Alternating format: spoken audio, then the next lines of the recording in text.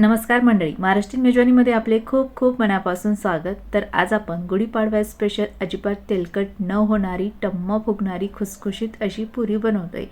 तर पुरी बनवण्यासाठी सगळ्यात अगोदर आपल्याला पीठ मळून घ्यायचे आहे। त्यासाठी एका ताटामध्ये मोजून एका वाटीने 3 वाटी गहू पीठ घ्यायचं आहे आणि त्यानंतर या गव्हाच्या पिठामध्ये आपल्याला त्याच वाटीने बरोबर अर्धी वाटी बारीक रवा टाकून घ्यायचा। त्यानंतर या पिठामध्ये चवीपुरतं अर्धा चमचा मीठ घालायचं आणि 1 चमचाभर पिठी साखर घालायची आहे। त्यानंतर गव्हाच्या पिठामध्ये रवा, मीठ आणि पिठी साखर आपल्याला चमच्याने मिक्स करून घ्यायचं आणि आपली पुरी छान खुसखुशीत होण्याकरिता या पिठामध्ये आपल्याला बरोबर 3 चमचे कडकडीत तेलाचं मोहन टाकून घ्यायचं आहे। मोहन घातल्यामुळे मस्त पुरी खुसखुशीत होते।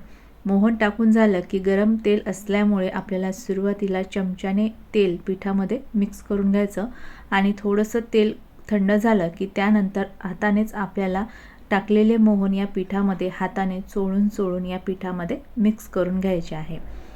तर या ठिकाणी पिठामध्ये टाकलेले मोहन मी हाताने चोळून या पिठामध्ये मिक्स करून घेतलंय।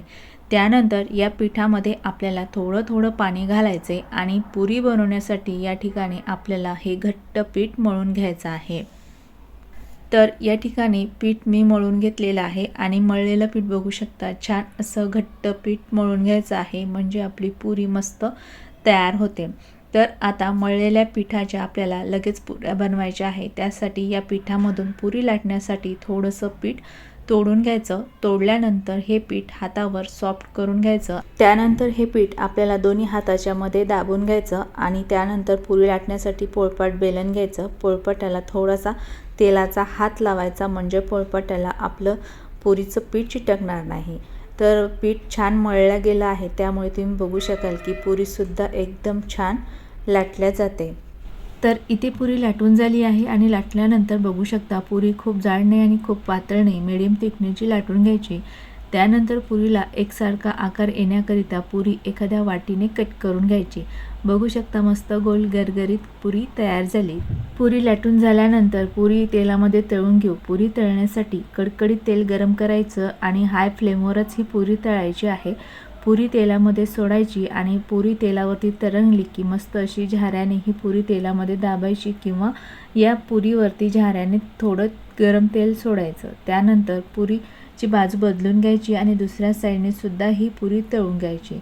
तर बघू शकता मस्त अशी टम्म अशी आपली पुरी फुगलेली आहे। तर दोन्ही साईडनी ही पुरी व्यवस्थित तळून झाली। तर तळलेली पुरी बाजूला ठेवते आणि या ठिकाणी परत एक पुरी मी तुम्हाला तळून दाखवते। सेम पद्धतीने तेलामध्ये पुरी सोडायची आहे आणि गॅसची फ्लेम हायच ठेवायची। तर पुरीवरती झाऱ्याने थोडंसं तेल ठेवायचं आणि पुरी तेलामध्ये दाबायची, म्हणजे मस्त फुगते। त्यानंतर पुरीची बाजू बदलून घ्यायची आहे आणि दुसऱ्या साईडने सुद्धा या पुरीवरती झाऱ्याने तेल सोडायचं आणि पुरी दोन्ही साईडने सुद्धा छान तळून घ्यायची। तर बघू शकता दुसरी सुद्धा पुरी मस्त तळून झालेली आहे।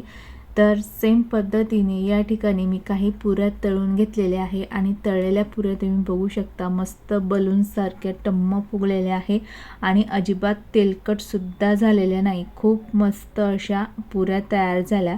पिठामध्ये रवा आणि पिठी साखर घातल्यामुळे अजिबात ह्या पुऱ्या तेलकट होत नाहीत। मस्त टम्म फुगणाऱ्या खुसखुशीत अशा पुऱ्या तयार होतात। तर या ठिकाणी मी तुम्हाला ही पुरी तोडून दाखवते। तर बघू शकता आतमध्ये सुद्धा अजिबात तेलकट ही पुरी तयार झालेली नाही। खूप छान अशा आपल्या ह्या पुऱ्या तयार होतात। तर येणाऱ्या गुढीपाडव्याला माझ्या पद्धतीने पीठ मळून तुम्ही नक्की अशा पुऱ्या बनवून बघा। तुमच्या पुऱ्या कशा झाल्या कमेंटमध्ये नक्की सांगा आणि ही रेसिपी तुम्हाला कशी वाटली कमेंटमध्ये नक्की सांगा। रेसिपी आवडली असेल तर रेसिपीला लाईक आणि चॅनलला सबस्क्राईब केलं नसेल तर प्लीज सबस्क्राईब करा। परत भेटूयात पुढच्या व्हिडिओमध्ये, तोपर्यंत बाय बाय, टेक केअर।